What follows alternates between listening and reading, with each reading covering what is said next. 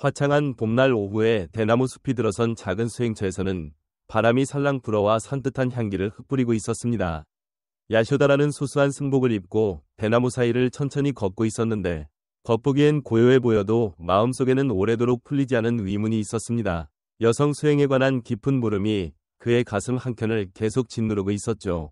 그도 한때 시타르타 태자의 아내였고 이후 부처님의 가르침을 따라 출가하여 비구니들과 함께 수행에 전념해왔습니다. 오랜 시간 수행을 이어오면서 자애롭고 지혜로운 모습이 더욱 깊어졌지만 세상에서 여자는 부처가 되기 어렵다 라는 이야기가 끊임없이 들려올 때마다 마음 한구석이 놓이지 않았습니다. 처음 승단에 들어왔을 무렵 주위의 의심 어린 시선과 말들이 잦았습니다. 여전히 부처님께 미련이 남아있는 게 아니냐. 거나 여성은 원체 집착이 많으니 안 된다. 심지어 오장을 근거로 여자는 절대 깨달음을 얻지 못한다. 는 식의 주장도 들렸습니다. 하지만 야쇼다라는 부처님께서 언제나 모든 중생은 본래 부처의 성품을 지녔다고 가르치셨는데 왜 유독 여성만은 제외되어야 하느냐 하는 생각을 떨칠 수가 없었습니다. 이 의문을 해소하지 못하면 온전히 정진하기 어려울 것 같아 오늘 마침 대나무 숲에서 쉬고 계신 부처님께 여쭤보려는 마음을 굳게 다졌습니다. 야쇼다라는 마음을 가다듬고 부처님 가까이 다가가 두 손을 모은 채 공손히 물었습니다. 스승님, 세상 사람들이 흔히 여자는 오장이 있다고 해서 부처가 되기 어렵다 합니다. 저로서는 그 뜻이 잘 이해되지 않아 가르침을 청하고 싶습니다. 부처님은 잔잔한 눈빛으로 고개를 끄덕이시며 자리를 내어주셨고 근처에 있던 몇몇 비구니들도 이 대화를 듣고 관심있게 모여들었습니다. 야쇼다라와 함께 수행하던 마하바도바티, 연화설, 가번바티 같은 이들도 부처님 말씀을 간절히 기다렸습니다.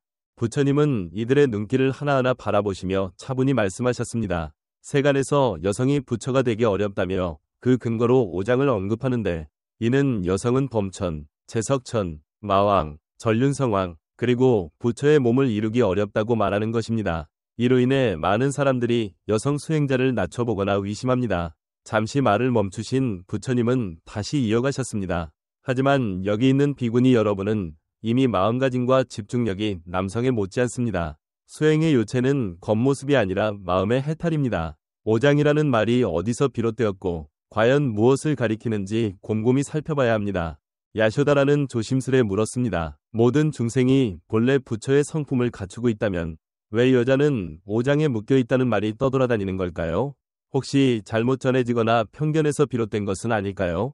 부처님은 대나무 숲 너머를 바라보시며 부드럽게 미소 지으시더니 다시 말씀을 이으셨습니다. 오장이라는 것도 경전에서 유래한 부분이 있어 완전히 헛된 이야기는 아닙니다. 다만 이를 단편적으로 해석해 여성은 절대 깨달음에 이를 수 없다고 여긴다면 정작 가장 근본적인 마음의 초월과 자유를 놓치게 됩니다. 이때 마하바도바티가 한 걸음 다가서며 간절한 눈빛으로 물었습니다. 스승님 말씀대로라면 결국 마음이 중요하다는 것이겠지요. 하지만 세간의 그 많은 편견은 어찌해야 합니까? 여자라는 이유만으로 곳곳에서 의심을 받고 심지어 같은 도량에서도 여자가 남자와 어깨를 나란히 할 수 있느냐고 하는 이들이 있습니다. 부처님은 고개를 숙여 생각에 잠긴 듯하다가 잔잔하게 답하셨습니다. 대부분의 사람들은 겉모습과 분별심에 갇혀 있습니다. 남녀의 차이를 너무 강조하면 편견이 생겨나기 마련입니다. 사실 남자든 여자든 생사윤회의 한 몸을 빌려 태어난 존재일 뿐입니다. 맑은 본성을 깨닫는다면 성별에 구애되지 않지만 그 차이에 매달리면 온갖 장애가 생겨납니다. 말씀을 마치자 대나무 숲은 잠시 고요에 잠긴 듯했습니다. 야쇼다라와 다른 비구니들은 부처님의 말씀이 한편으로 시원하면서도 더 깊은 내용을 듣고 싶어하는 표정이었습니다. 부처님께서는 이들의 마음을 헤아리신 뒤 차분히 다시 말을 이으셨습니다. 아득한 옛 시절에도 편견을 이겨내고 높은 깨달음에 오른 한 여인이 있었습니다. 그 인연을 들으면 여러분의 의문에 도움이 될 겁니다. 부처님은 잠시 두 눈을 감고 머나먼 과거를 떠올리듯 말씀을 이어가셨습니다. 옛날 아직 이 대나무 숲도 이 땅에 풍요도 없던 시절이었지요. 어느 나라에 연하월이라는 여인이 태어났습니다. 부유한 가문에서 자랐지만 세속의 즐거움에 빠지지 않고 늘 고요한 산중을 동경하며 참된 해방을 찾고자 했습니다. 그 시절엔 지금보다 여성에 대한 편견이 더 심해서 여자는 본래 감정에 치우치고 세속에 얽매여 높은 경지에 오르지 못한다고 여기는 사람이 많았다고 합니다. 연하월도 늘 이런 벽에 부딪혔지만 수행은 결국 마음에 달린 것인데 남녀 구분이 무슨 소용이랴 하는 굳은 믿음을 가졌지요. 야쇼다라는 그 이야기를 듣자 마치 자신이 출가하던 시절 떠올랐습니다. 부처님은 그 눈빛을 알아차리셨는지 미소 지으며 이어가셨습니다. 연하월은 젊은 나이에 온갖 부귀를 버리고 깊은 산중으로 들어가 높은 스승을 찾았습니다. 마침내 오랜 세월을 닦은 지광스님을 만나 가르침을 받게 되었고 지극히 성심껏 정진하여 새벽부터 예불하고 한낮에는 선정에 들며 밤에는 스승의 말씀을 들었습니다. 여성이든 남성이든 집착을 놓는 데 달려있다는 걸 일찍이 깨달았지요. 부처님은 여기까지 말하자 마치 연하월이 산에서 경전을 외우는 모습이 보이는 듯한 착각마저 들 정도로 잔잔한 힘이 깃든 목소리였습니다.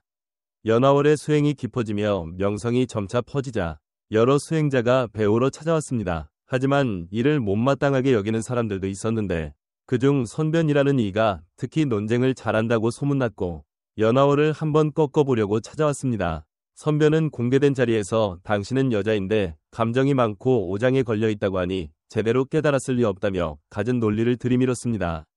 하지만 연하월은 흔들리지 않고 오장을 글자 그대로 받아들여 여성을 배제한다면 그야말로 분별심에 갇힌 것이라고 차근차근 대답했습니다. 손가락으로 달을 가리키는데 손가락만 보는 것과 다름없다고도 말했죠. 이 대목에서 부처님 말씀을 듣던 비구니들은 고개를 끄덕이며 깊이 생각에 잠긴 듯 했습니다.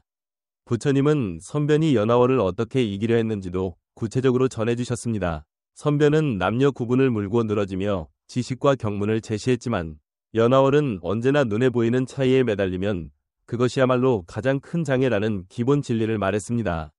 결국 선변은 자신의 논리가 성별에 대한 집착에서 벗어나지 못했다는 것을 깨닫고 연하월의 가르침에 감화되어 머리를 숙이고 말았습니다. 이후 연하월은 흔들림 없이 공부를 깊혀갔고 죽음이 다가왔을 때도 상서로운 모습으로 세상을 떠났다고 전합니다. 이를 본 사람들은 오장이 문제가 아니라 분별심과 집착이야말로 참된 걸 가로막는다는 사실을 깨달았다고 해요. 부처님이 입을 다물자 대나무 숲에는 다시 맑은 바람이 불어들어오는 듯했고 야쇼다라와 비구니들은 그 옛날 연하월 이야기에 빠져 마음 한구석이 뻥 뚫리는 것 같았습니다. 야쇼다라는 조심스레 다시 여쭈었습니다. 스승님, 그렇다면 연하월이 우리에게 남긴 교훈은 무엇인가요? 그 이야기를 통해 저희가 얻어야 할 깨달음은 무엇입니까? 부처님은 조용히 눈짓하며 이들을 좀 더 가까이 오게 하셨습니다. 그리고 대나무 숲을 가리키시며 말했습니다. 여러분, 저 대나무들이 수많은 줄기를 뻗고 있지만 어느 것이 수컷이고 어느 것이 암컷인지 겉만 보아선 알기 어렵습니다. 그리고 설령 암수가 있다 하더라도 자라나는데 차이가 있습니까? 저렇게 똑같이 태양을 받고 하늘을 향해 똑바로 뻗어갑니다. 남녀라고 해서 크게 다를 것도 없습니다. 그 말에 야쇼다라는 눈앞에 펼쳐진 무성한 대나무를 다시 보았습니다. 뿌리부터 줄기, 잎까지 모두 푸르게 뻗어 있는데 그 안에서 성별을 가른다는 게 무의미해 보였습니다. 부처님은 차분히 말씀을 이어가셨습니다. 세상은 남녀의 차이를 크게 보지만 결국 마음의 탐욕과 어리석음이 있으면 그것이야말로 진짜 속박입니다. 아무리 남자라도 권세나 명예, 지식 등에 사로잡히면 대나무의 벌레가 파고든 것처럼 스스로 무너집니다. 반대로 여성이든 남성이든 마음의 집착을 내려놓으면 저 대나무 숲처럼 굳건하게 자란달 수 있지요.